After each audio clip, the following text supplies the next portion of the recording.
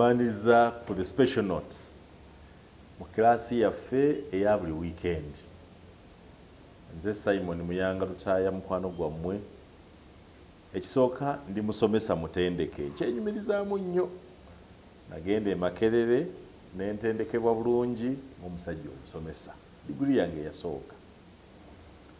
Ate ne nfuna diguli endala nga ntendekeddwa bulungi nga munnamawulire. Ate ne nfuna diguli y'okwetegereza gye bayita masters ogenda okwetegereza nga munnamawulire. Kati ebintu ebyo byonna bivunaanyizibwa ku kulaba nga ky'olina okiwa abantu abalala.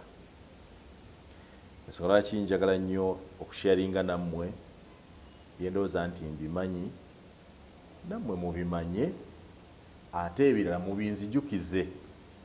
Kale ndaba abaana abavubuka abato abawandiika ebintu ku mukutu guno buli kiseera njagala beebaza kubanga muba mufaayo. Ebintu bye twogera si by'abantu batamanyi. In fact munsi bagamba there is no reinventing the wheel. Tewali kintu kipya kye tukola.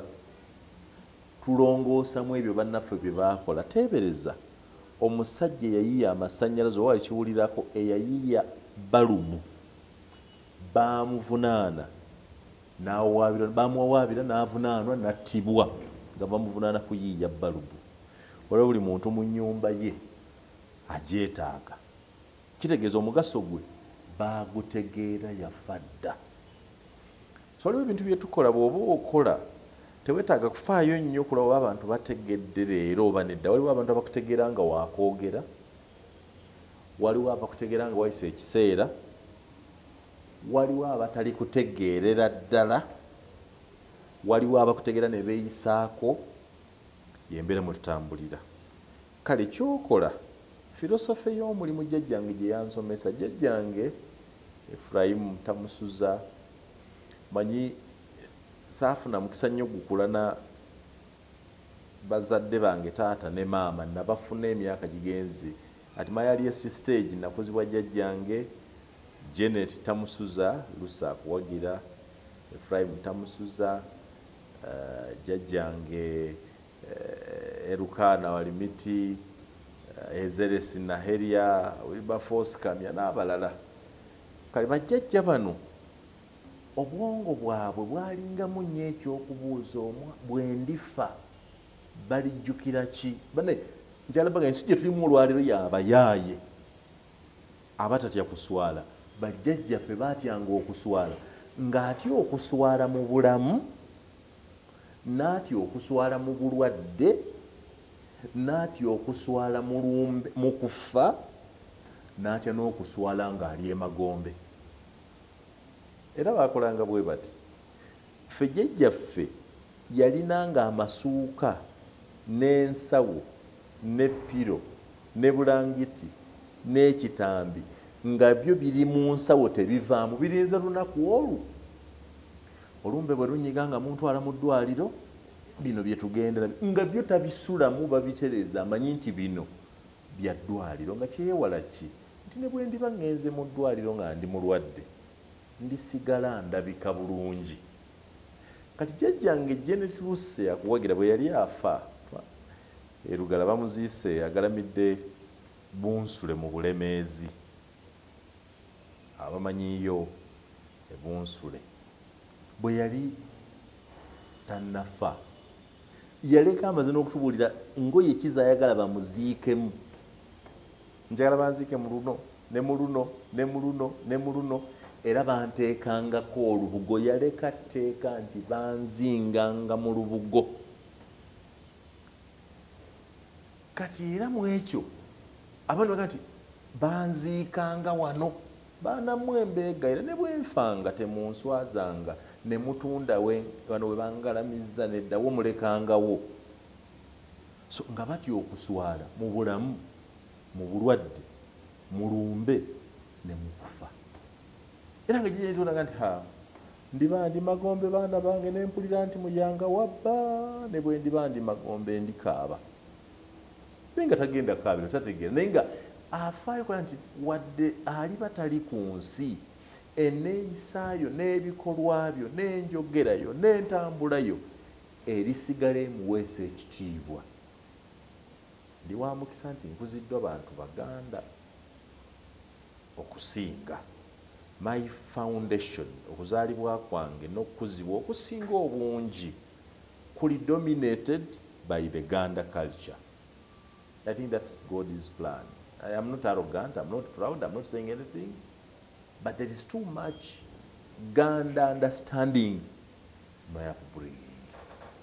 Kiki mbadde ngezaako okutegeeza nti naffe ebintu ebimu tubikola olwaleero nti biyinza obutakuyamba ng'oli mulamu naye nga biriyamba abaddako. Waliwo abantu abadde mu kibuga muno nga bakola bizinesi naye waliwo nemu yankubira sabbiiti ewedde nti waliwo abazungu abanoonya ebinusu biri ebyasooka ne sitoovu ziri enkadde n'ebyambe biri ebikadde biri ebyasooka biri waliwo zo sitoovu ezo ezalinga ez'obugulumu abamu temwaza muli baana bato nga waliwo abazinoonya ne ze banoonya ebinusu bye banoonya ne sitoovu zimaze emyaka nga 10 n'omusobyo zanna 18 something. Olaba ezo bazinoonya olwo sitoovu ezitayogera. Ate ebigambo byaffe eby'amagezi lulibwa olwo nga wetuliba nga tetuliiwo abantu abalibawo nga baagala okumanya eggwanga lyaffe bwe lyatambula balinoonya ebigambo byaffe eby'amagezi. Kale nammwe mbeebaza. So olwaleero njagadde kuyita mu bigambo bino. Abaganda mbaagala nnyo olw'obugagga bw'olulimi lwabwe. Ekigambo ky'Omuganda ekimu bwe kiti kiba n'amakulu mangi.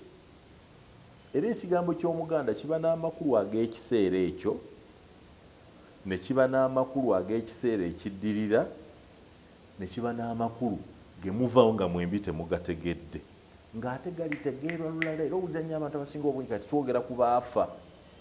Ekyo nno jjajjange yakindabula, ekyo nno kitange ye yakinsomesa, abaabitusomesa baafa we baabitugambira nga tebikola makulu kati bikola. Nze jjajjange yansomesa nti bw'obanga onaakola omulimu kolanga, bw'obanga togukola omuntu omugamba nga ndikyo sijja kikola. Era kinyambye abamu bampita arrogant, abale bampita musajja mulungi nga nti ekyo sijja kikola. Jjajjange teyayagalanga nnyo omuntu alina nnimi bbiri, enkya oyogera kirala noluli oyogera kirala, yengaga nti fuba okulaba nti buli kiseera abantu bakutegeera. Era nga nti waliwo ekintu kyobayinza okugamba omuntu nti Muyanga Lutaaya tumusanze agudde lubaga, guno leero gwanywedde, simanyi ngatte engulu. Olinaga nti oyo gwolabye si ye Muyanga nga toliiwo.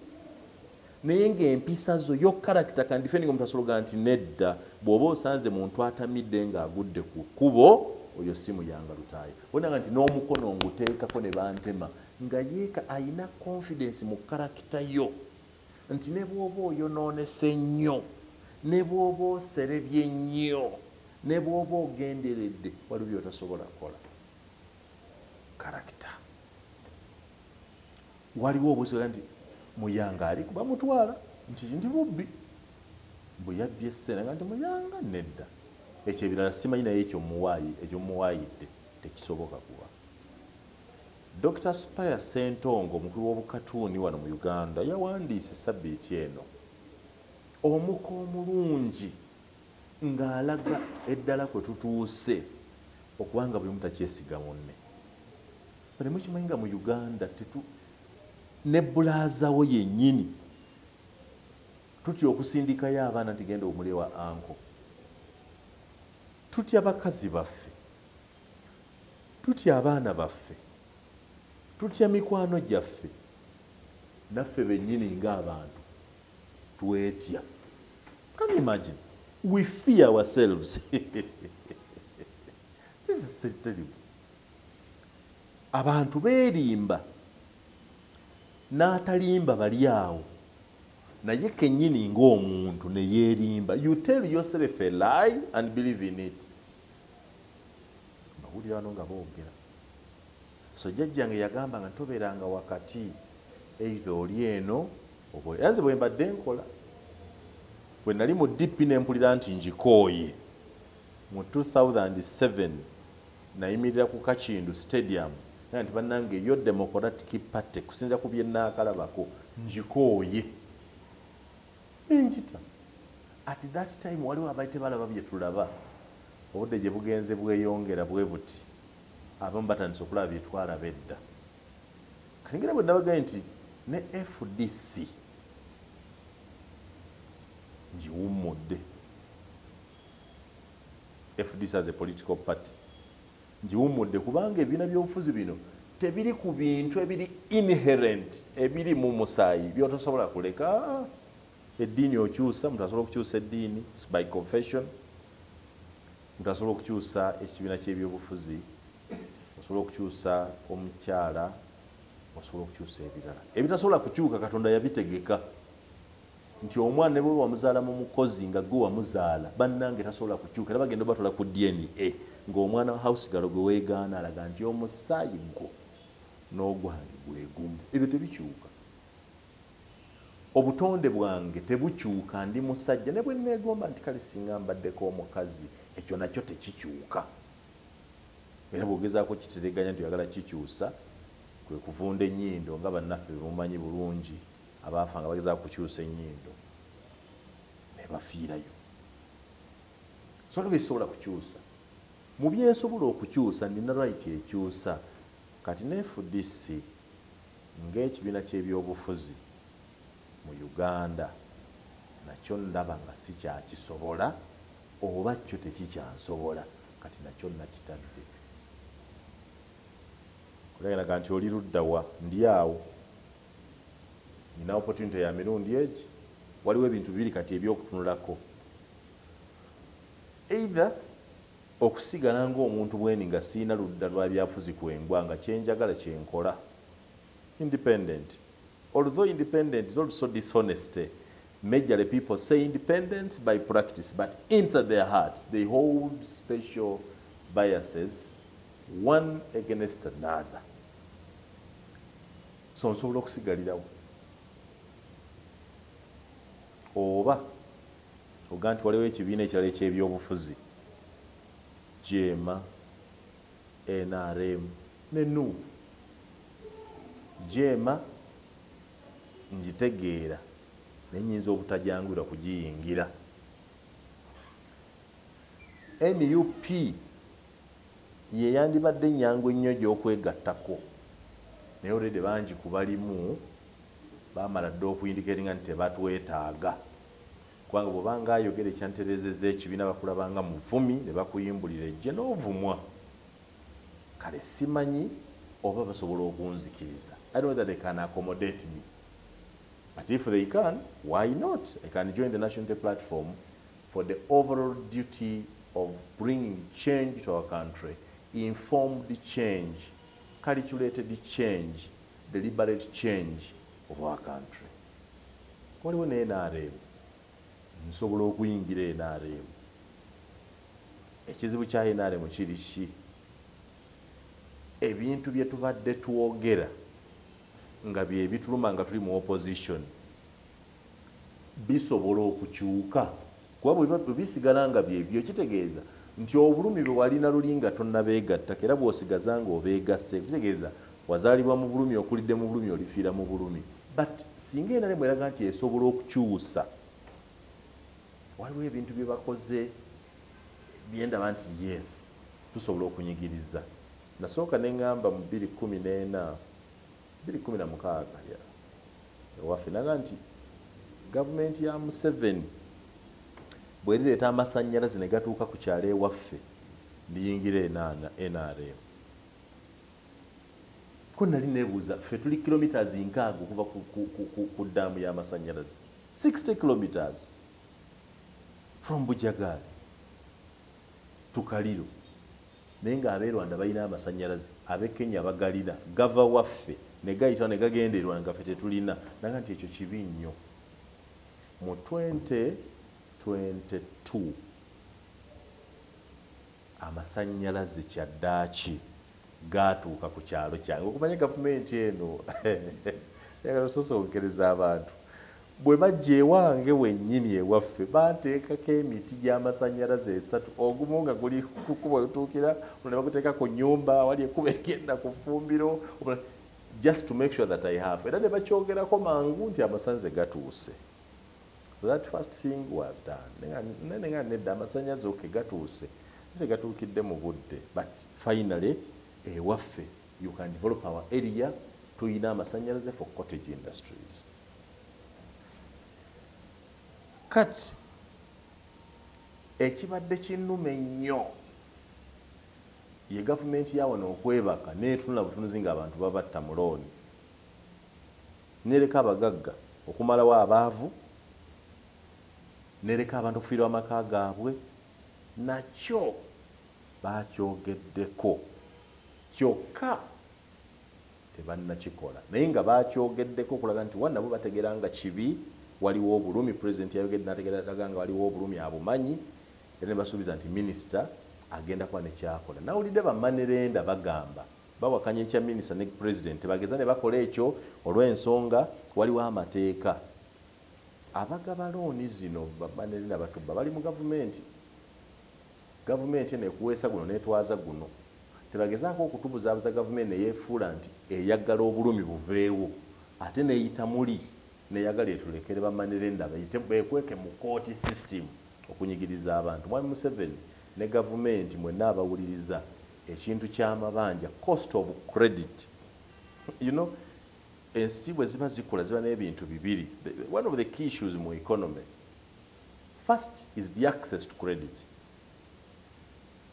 Is credit available that whoever wants it and qualifies for it can access it? That's duty number 1. Waliwo kubanga mwetaaga okwewola naye nga temulina we mwewola. Uganda ekyo yakisolovinga. There is enough credit in Uganda, so much more that if you want credit, it's just conditions and processes that you'll be able to get it. So that is access to credit. The issue of access to credit is duly sorted. You can access credit from anywhere, credit of any form, either for business or personal use or what, you'll have it. The next one is the cost of credit.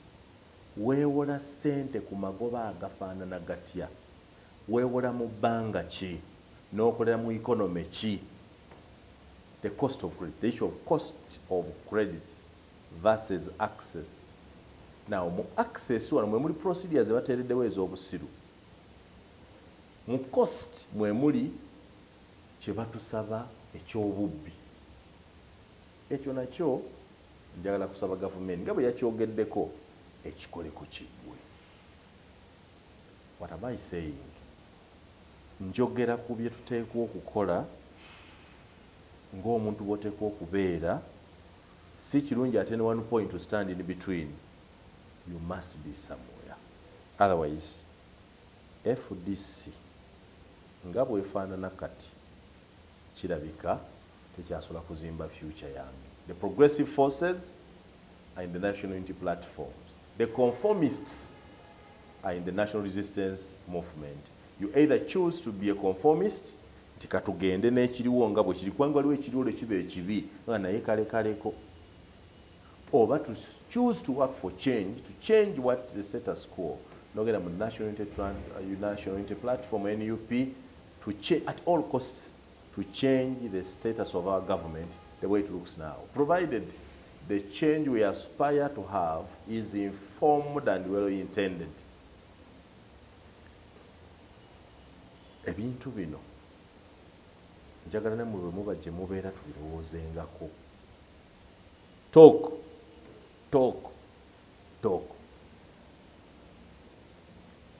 Olwaleero njagadde nteeka nnyo essira ku mmwe bannayuganda ne bannaffe okwetegereza ekintu kye bayita obukulembeze. Eggwanga lyaffe lifudde kuba ffe ffennyini. Era Mwami Museveni alina ebintu bye yakolera bannayuganda nga balowooza nti birungi nnyo, tumuwaana n'okumuwaana nti ekyo yakikola ng'olaba nga kirungi, naye nga in the actual sense yakola ekintu ekittattana ensi naye nga tuli bitegeera taliiwo.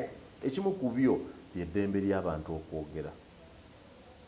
eddembe ddungi ne mu ddembe ly'okwogera bannange twogedde n'ab'ebyobusiru bayisizzaawo abantu kati bonaga nti yayogedde ki fenna eddembe weeriri people can say anything era Yoweri Museveni yatufugira awo yogera buli kyoyagala abantu tusiiba tuwogera era opposition ya wano tufuna nnyo okukakkana n'okumatira nti njogedde ku radio za Uganda zonna buli lunaku abantu babeera boogera waliwo omuntu ayogera n'ava ku radio nga akubye emmeeza noga nti bannange nina mukwano gwange Lutamaguzi bw'ayogera ku gavumenti eno n'obubi bwagirinako n'ebibi byekoze n'akula bwe bajja abanalwanda bano abajja okutufuga bajja balina ki bajja nabiki bwe bityo olowooza nti enkya ne mu gavumenti asobola kubeeramu kyokka mu gavumenti mwali atambula nabo alya nabo akola nabo era lwe basasula omusaala gwa BNRM mu paalamenti n'ogwa Lutamaguzi lwe gusasulwa tulina abantu aboogera ne Museveni yatukwatira wanti yamanya nti tunyumirwa nnyo okwogera kale kabagende boogera wotegera nga bannayuganda boogera omuwendo gw'abantu abalina amasimu kati mu Uganda handsets gusinga ogw'abalina Bayibuli oba Qur'ani mu Uganda omuntu n'afaanana atya omukozi agirina ne housemaid agirina ne shamba boy buli omu ayagala kuba naye nga kyonna kiri it stems from the fact that twagala nnyo okwogera naye gwali ote ne weebuuzaako ku ssimu yeeyo ku airtime omuteeka wa mitwalo gy'oteekako oba otaddeko ak'ebitaano n'obuuza nti kagenze okuggwako nga nfunye mmeka. Have you asked yourself that? Nti airtime wali against is do a cost benefit analysis. Airtime gwokozesa omwezi wa mitwalo 4 naye ate gwe byewayingiza nga okozesa essimu byali bya mitwalo emeka. The cost benefit bali ekyo n'abantu twagala nnyo okwogera era obusungu bwaffe ng'aba opposition gye bayita struggle omuntu ayogera ku struggle wano struggle eri ku ssimu nabadde ku radio wawulidde bwe nabakubye ngenda kikuba era basiba kuno nga balanga ngenda wano yes it is part of the struggle kubanga kiyamba abalala okutegeera to enlighten others to remind ourselves naye ffe gye tukoma okugula amasimu n'ogabana WhatsApp munafa yakoma okushopinga tanka n'ebyokulwanyisa ebirala. Now it is owessimu versus owatanka owessimu versus owatanka naye ensi nnungi nti bwe bukyanga ab'essimu baaweze batabuse owatanka azirekawo nadduka. The issue is where do you belong.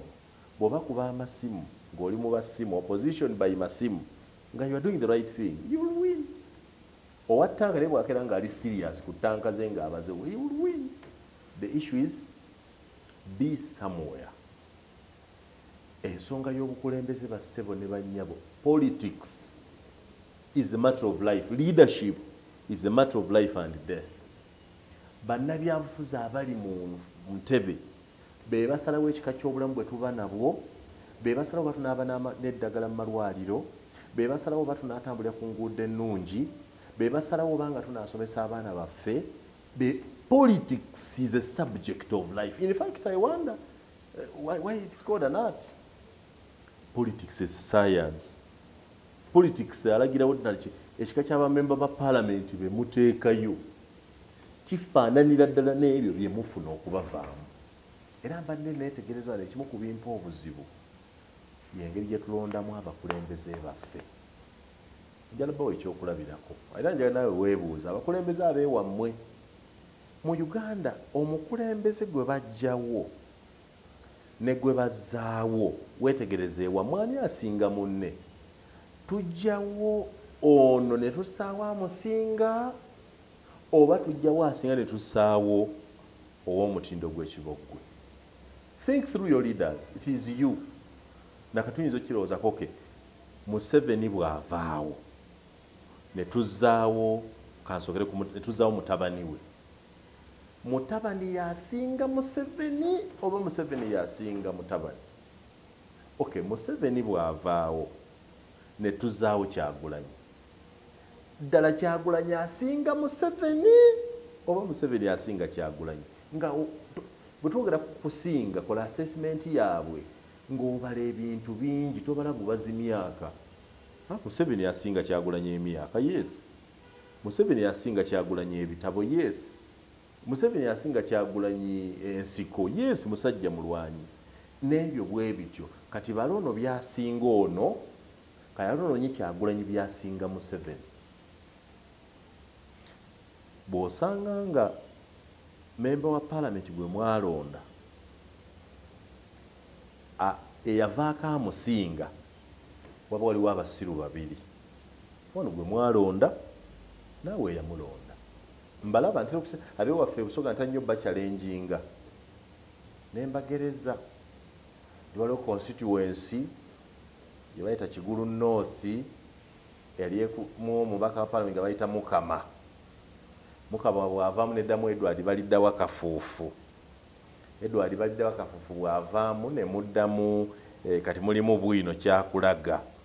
Oteekwa okumbuulira Kafuufu yali asinga ki Mukama ne Bwino aliko asinga ki Kafuufu n'anajjawo Bwino anaaba amusinga ki, oba is the vice versa. Genda ejjinja waliwo constituency yalimu Henry Chemba neva mu Henry Chemba ndowooza neddamu yali Hare Kasigwa. Bwava Hare Kasigwa ne baleetawo Moses Grace Balyeku. Bwava Moses Grace Balyeku ne baleetawo Dr. Batuwa. Look at the sequence in leadership. Can we confirm that those who have succeeded past leaders are actually better than their predecessors? Jangu ne mu parliament oba ne baspeaker ba parliament nti wali ne Kigongo n'oba ne Ayume n'oba ne Wapakabulo. Wapakabulo bw'avaako kwaddako, I think Wapakabulo yavaako ne kuddako Ayume. Ayume bw'avaako ne kuddako oba Sekandi avuddeko ne tuzzaako Kadaaga bw'avuddeko ne tuzzaako Anita Among. N'Anita Among ajja kutuuka ekiseera aveeko tuzzeeko omulala. Look at their sequence. Are the successors better than the predecessors or the vice versa? Because that's where our problem starts from. Katugende mu ggwanga lyaffe kuba president twalina Muteesa n'oba n'Obote. Bw'oba n'Obote simanyi ne kuddako yali Amini. Twali ne ba Yusufu Lule, Babina Isa, ne tuddaako Kero simanyi Titookero Lutwa. Simanyi bwe tuva ku Okero Lutwa ndowooza tujja ku Yoweri Kaguta Museveni n'abanaddirira. Are we sure that Museveni was better than all his predecessors? Was he better? Or is any of his predecessors better than him? Now the issue is, ani anasikira Museveni? Era anasikira Museveni anabeera musinga. Okutegeera ani Museveni kyebateeka omumusinga, you must first of all agree to put Museveni's good attributes ebirungi wano. Nze kyensinga kukubalala njagala nnyo okulaba ebirungi ebiri mu bantu. Nkireka bwe kiri. Nja kuwa ekyokulabako nti Museveni mu respectinga ng'omusajja alina omutima omugumiikiriza ennyo, an exceptionally tolerant person. Kubanga abavumye Museveni bonna mwana wange amaze ate n'abaaniriza n'akola nabo ng'abeesiga omulundi ogwo. NRM kyekibiina sofa ekirina credit nti okiyingira leero enkya n'ofuuka omunene nga teri abuuza nti wali waakajja. Ewaffe wasinza kuyingira kati mu bibiina birala n'ennyingira olwalira amangu ago n'ofuuka owa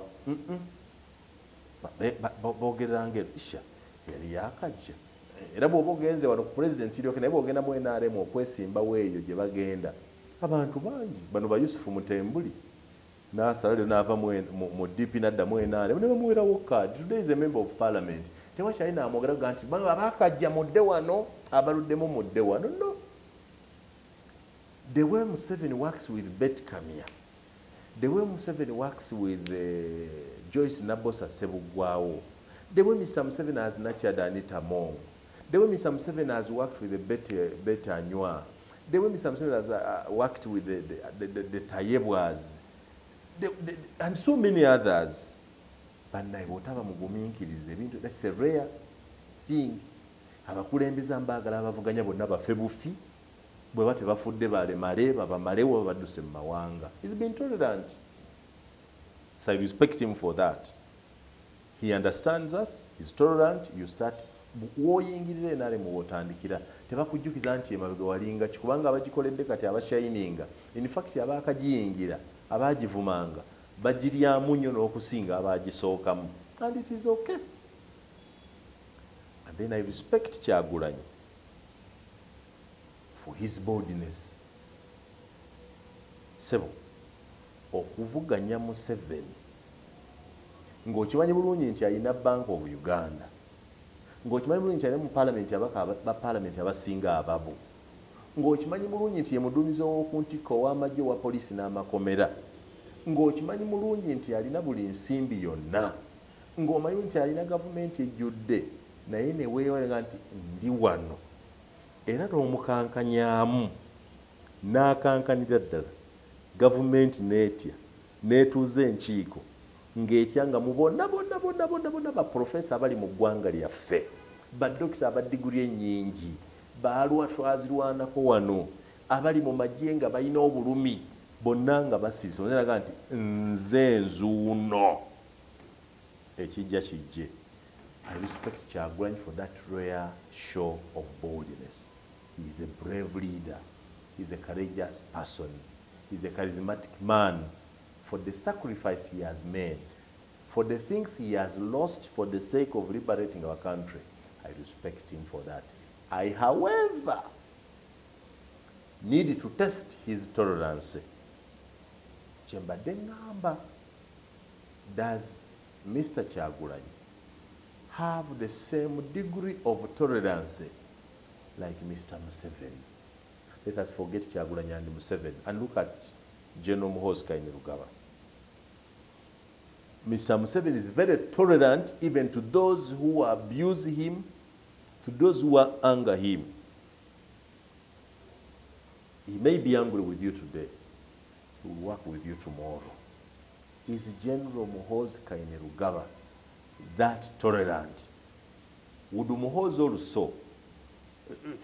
I want to imagine, what if Muhoozi was president? Would he still be allowing the opposition, the Besiges, the Bobby Wines, to do the things they do? Would he? I'm not saying I have the answer. I'm simply asking. If it were, just imagine, if Muhoozi was president and Bobby Wine was on the other side with his irritating character, would Muhoozi leave Kyagulanyi to leave? Okay, kikyuseeko kizeneko kiri. What if Bobby Wine was president and Muhoozi was behaving irritantly? Would Kyagulanyi allow Muhoozi peace to walk freely, go anywhere in his government? Oyinza okwesanga nga ababiri bano Kyagulanyi ne Muhoozi tebalina kirabo kya bugumiikiriza, tolerance, nga Mwami Museveni kyayina. Naye tuyinza okwesanga Mwami Museveni obugumiikiriza bwe butono nnyo ku Obote bwe yalina. Oba ate okwetegereza kubanga ate ye Amin baga nti yali mugumiikiriza. Amin was not patient with nonsense, stupidity, dishonesty, corruption. Museveni is tolerant. Who of the two have we benefited from more? That Amin, despite being intolerant, he was focused. He only harassed those who were threats to his governance, and he worked with others freely. And he loved his country. The fact that Ugandans cannot show arcades, plazas that Amin left, that we cannot show square miles of land that belonged to Amin, that Amin left, or his family members, so that for whatever he did, he was working for his country. And up to today, we enjoy that. So, njagadde kubawatiiza abakulembeze baffe awaava John Ken Lukyamuzi ne wadda Katolubwama, rest in peace, ne wadda Aloysius yani eddala Aloysius Mukasa. Is Aloysius Mukasa better than Katolubwama? Or was Katolubwama better than John Ken Luchamuzi? Or was John Ken Luchamuzi better than the Damian Lubegas? Because I think it was Damian Lubega there. Look at them. Jangu kubwa meya obwa Kampala. Tuyina Elias Lukwago. Eyasikira Nasantege Sebagala. Sebagala yasikira John Sebana Kizito. John Sebana Kizito yasikira Yiga, bamutanga Antone Yiga. Meya waffe Gwetwayina yasikira Yiga. Is Lukwago better than Sebana? Was Sebana better than Sebagala? Or were these people better than Yiga? This is where our country is. That's why the problem starts from. You need to, and when you talk about better, do a comparative analysis of these people. It should not be better in one thing, better in several other attributes. Tugende mu Lubaga, mujita Lubaga, is that Lubaga South or Lubaga North? Ndi mu Kampala, ngezisa mu Kampala kubanga wentudde. Awava Moses Kasibante. Kati waliwo Kawalia. What's the other name of Kawalia? Wetwajja Kasibante twasaawo Kawalia. Kasibante okuvaawo yajjawo Betkamya. Betkamya okuvaawo yajjawo Tom Kayongo. Tom Kayongo yajjawo n'abalala. Useful Life yajjawo Lule yajjawo. That man is called Useful Lule. What is the name? Lule. Oh, you Waswa Lule, yes. Waswa Lule Enviri. Was Betkamya, was Tom Kayongo better than Waswa Lule? Was Betkamya better than Tom Kayongo? Was Moses Kasibante better than Betkamya? Was today's Kawalia better than Moses Kasibante? That's where the question is. Leadership curve ya Uganda etambula etya? Abasika be basinga be basikidde oba abe basikidde be basinga abe basikira? Jjajjange wayogeranga ku kintu ekyayitanga nti oyagala kunvuma magufa. Move around. Katugende wano mpulira Kawempe North gyenja okutandikirako okuba lastly. Kawempe North erimu Muhammad Segirinya. Muhammad Segirinya eyasikira Latifu Sebagala. Was Latifu Sebagala better kubanga yalwala ebisanja bingi nnyo? Simanyi Latifu Sebagala bayasikira ani sobola kujjukira bulungi. Bayasikira Medical Gwa, something of that sort. I'm not very precise. Genda mu Lubaga South. Manya this is Kawempe South. Awali muddu awulira. Mukwano gwange oyo. Sebuliba muddu awulira. Eyasikirwa Mubaraka Munyagwa. Eyasikirwa kati Bashiri Kazibwe. Was Bashiri Kazibwe better than Mubaraka Munyagwa? Was Mubaraka Munyagwa better than Sebuliba Mutumba muddu awulira? And the line continues. The quality of our leaders reflects the quality of the population we have. And therefore, the reflection you want to have about your country should be in the leaders you have. I'm simply saying, who is better? Who is better? Because muyinza okwanga mukaaba ebintu bingi naye obuzibu buli awo. Ozigize Abaganda bawana Abaganda bavumi, sorry to say so. Naye ate Abaganda bagezi, Abaganda balaba. Abalaga nti embwa engizi ezaala nkolya. Enkolya mu Luganda kyekibwa ekiri awo ekinaffe ennyo. Bw'aba kuba mu kibalenga nti oba kisse kibotte baga nti munne bw'oba n'embwa ng'eyigga nnyo si garanti nti n'obwana bwayo bwenaazala bunaaba buyigga nnyo. obwana tebuyinza okuba nga kintu kirala. Embwa envizi ezaala enkolya. So we need to imagine the planning we need to have in our country now is to see Mr. Museveni, what must be leaving. Mr. Museveni is going. We must now be looking at the quality of the next leader after him, without sentiments, without emotions. Who should succeed Museveni? Kubanga tuyinza n'okuwandiika obuwandiisa ebintu ebirungi ebya mwami Museveni bye tumumanyiko nti birungi, good attributes, ne tuwaliriza omukulembeze addako ne bw'atabeera mutabani we nti ffe Museveni yatumanyiza ekintu kino, sebo naawe wene bw'obozze ffe kino nedda. You cannot dismiss Museveni as having been bad. No, mubi to some extent, mulungi to some extent. Waliwo ebintu bye tugamba nti Museveni agenda ddi tubiwone, kyokka ne bye tugamba nti bino tusaba Museveni bw'aligenda bisigalewo. We must be preoccupied in our minds with the desire to have a person better than Yoweri Kaguta Museveni. You must aspire to have a leader in your area better than the LC5 chairman you have now, better than the member of parliament you have now, better than the mayor you have now. That's what it is supposed to be. In fact, we also expect you to be a better father to your children than your father was to yourself. We expect you okubeera maama omulungi gwe kennyini eri abaana bo, okusinga nnyoko bwe yali ku ggwe. You must be better than your mother. Your children must find you better than you were. And therefore, I want to wind up. Nayagadde kale takubasoomooza mutunuleeyo okwo. Parliament eri wane batunuulira. I have many examples. Waliwo constituency eri gye bayita eya Bunyole eyali mu Dombo. Dombo bw'avaawo n'asikirwa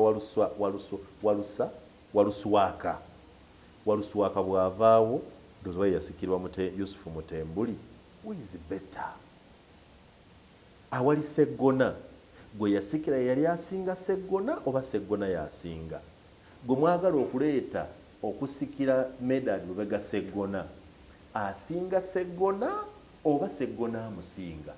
Bwe tubanga ojjawo asinga n'oleeta gwasinga ne mulyoka ate mudda mu nsi yaffe nga mukekema, eggwanga lyonoonese, eggwanga litulemye, obulumi bungi teboogera.